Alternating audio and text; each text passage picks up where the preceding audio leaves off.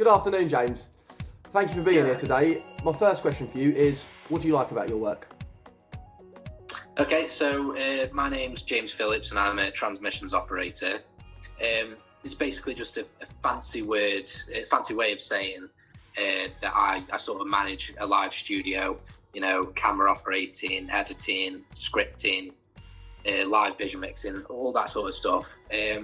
I'd say what I like the most about my job is that there is variety and there's sort of you're not just stuck in one role for day in, day out. I get bored quite easily in other jobs where, all you're doing is just one task every day.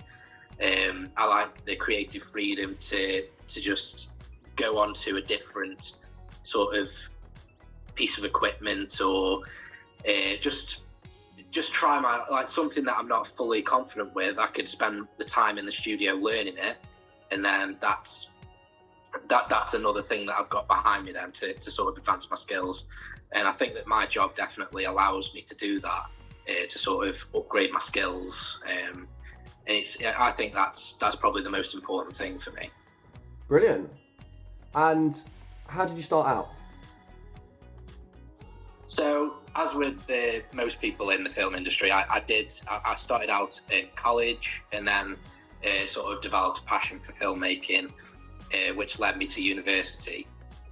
From university, I was a bit of I kind of bodged the first year. I didn't really, university, all that. I was like, oh, it doesn't really matter.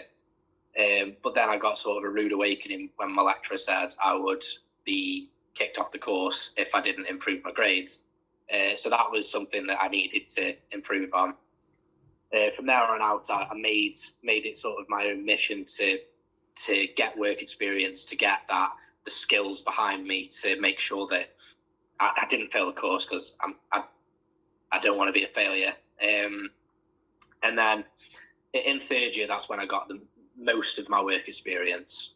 I was told by the people that I did work experience for that you don't need necessarily to go to university. They're mainly just looking for the passion and the drive. And obviously there is an element of skill there that you do learn through university.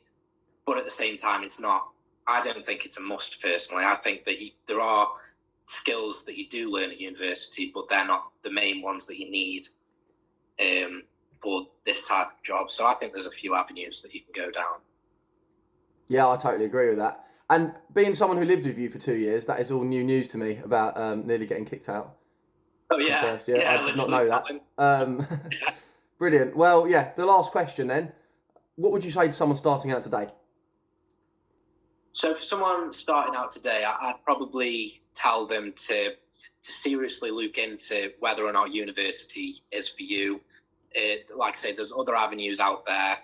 I mean, I've known people who've worked on feature films that they haven't gone to university, and they've just sort of, they found their own path, and they're very good at what they do without the university behind them. I think that my path was only one of those paths. I think that if you've got a passion for something, it'll shine through regardless of where you go. You might not even need to sort of spend the money to learn the skills elsewhere. You can just learn them over time, doing sort of passion projects and stuff like that. I think passion projects are definitely a way to show off your talents to future employers.